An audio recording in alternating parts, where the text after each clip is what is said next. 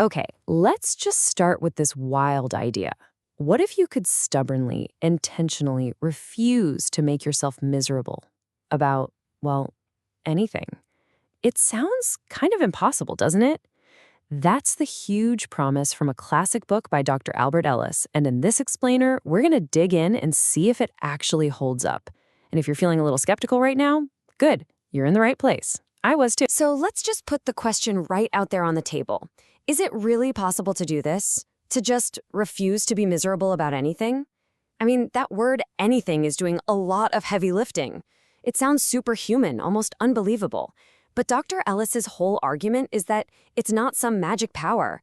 It's a skill that you can actually learn. So here's our game plan. First, we're going to find out where our misery really comes from. Then, we'll get into the ABCs of getting upset. It's a simple way to diagnose what's happening. From there, we'll learn how to fight back by challenging these things called musts. Then, we'll look at the big picture, a new foundation built on 3 powerful acceptances. And finally, we'll cover the one ingredient that makes it all work. It's not magic, I'll tell you that. All right, first things first. If we want to stop making ourselves miserable, we have to go right to the source. We've got to understand why we suffer in the first place. And where that misery actually comes from, well, it might just surprise you. And what's really fascinating is that this idea isn't new at all. It's ancient. We're talking nearly 2,000 years ago. The Stoic philosopher Epictetus nailed it. People aren't disturbed by things, but by the views they take of them. So it's not the bad traffic, the rejection letter, or the critical comment from your boss that makes you miserable. It's the story you tell yourself about it. It's your thoughts that do the damage. Dr. Ellis gave this whole process let's say, a very memorable name. He called it masturbation. And yeah, it sounds kind of funny, but he was dead serious. He called it the root of pretty much all emotional disturbance. And all it is this. It's when you take a healthy desire, something you'd like to have, and you crank it up into a rigid, absolute, non-negotiable demand, an ironclad must. And just listen to the difference in energy here. A healthy preference is flexible. It sounds like I'd really like to succeed, but I don't have to. Now here's the unhealthy demand.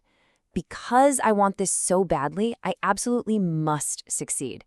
Can you feel that? That rigidness, that clenching, that one little word, must, that's where all the trouble starts. And you know, as if that weren't enough, we humans have this incredible talent for making things even worse for ourselves.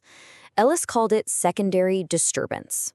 This is when you feel bad about feeling bad. You get anxious, and then you get anxious about your anxiety. Or you get angry, and then you feel guilty for getting angry. You're literally creating a whole new problem on top of your original problem. It's a vicious cycle. So how do we actually catch ourselves doing this in the moment? Well, thankfully, Dr. Ellis gave us a brilliantly simple but really powerful diagnostic tool. It lets you see exactly how you're constructing your own pain. It's called the ABC model. Let's break it down real quick. A is the activating event. Let's say you fail a job interview. C is the consequence. That's your emotional reaction, maybe feeling depressed or worthless. Now, most of us think A directly causes C. I failed the interview, therefore I'm depressed. Simple, right? But Ellis showed us there's a vital step in the middle. B for your beliefs. It's not the failure that crushes you, it's what you believe about the failure that does. Okay, so now we know how to spot the problem with our ABCs, but how do we actually fix it? This is where things get really empowering. This is the part when we learn how to actively fight back against those irrational beliefs. See, our musts almost always lead to a few classic types of crooked thinking. There's awfulizing. That's when a bad thing isn't just bad. It's the absolute worst thing ever, a total catastrophe. Then there's what he hilariously called I can't stand it-itis, that belief that you literally cannot handle the frustration. And finally, there's self-downing. This one's brutal. It's where you make one mistake and you conclude, well, that's it. I'm just a bad, worthless person. This is where our little ABC model gets its superpowers. We're going to add 2 more letters, D and E. D is for dispute. This is where you roll up your sleeves and you actively challenge those beliefs. And E is for the effective new philosophy that you create as a result. Let's see how that actually plays out. So, disputing is basically like being a detective for your own thoughts. You take that rigid must and you put it on the witness stand. You have to cross-examine it, ask it direct logical questions like, okay, show me the evidence. Where is it written in stone that I must succeed? Or point me to the universal law that says I have to have everyone's approval. You're looking for hard proof. And spoiler alert, there isn't any. And when you consistently challenge that command, you wear it down. You replace it with your E, an effective new philosophy. You essentially downgrade the demand to a preference. You know what? There is no evidence. I would strongly prefer to succeed, but I don't have to. My worth as a person is not on the line. That shift right there is the key that unlocks the door. Now, if you practice this over and over, you're not just putting out little emotional fires. You're doing something much bigger.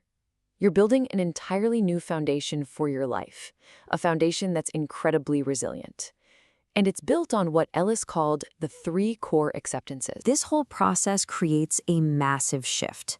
See, most of us operate on conditional self-esteem. It's fragile. It's like, I'm a good person if I do well. I'm worthy when people approve of me. It's totally dependent on things outside of our control. The goal is unconditional self-acceptance. This is a rock-solid foundation. It says, look, I accept myself as a complex, imperfect, fallible human being, period. My worth isn't up for debate, no matter what happens. And this powerful idea ripples outward. So first you have unconditional self-acceptance. That's USA. Second, you have unconditional other acceptance, or UOA.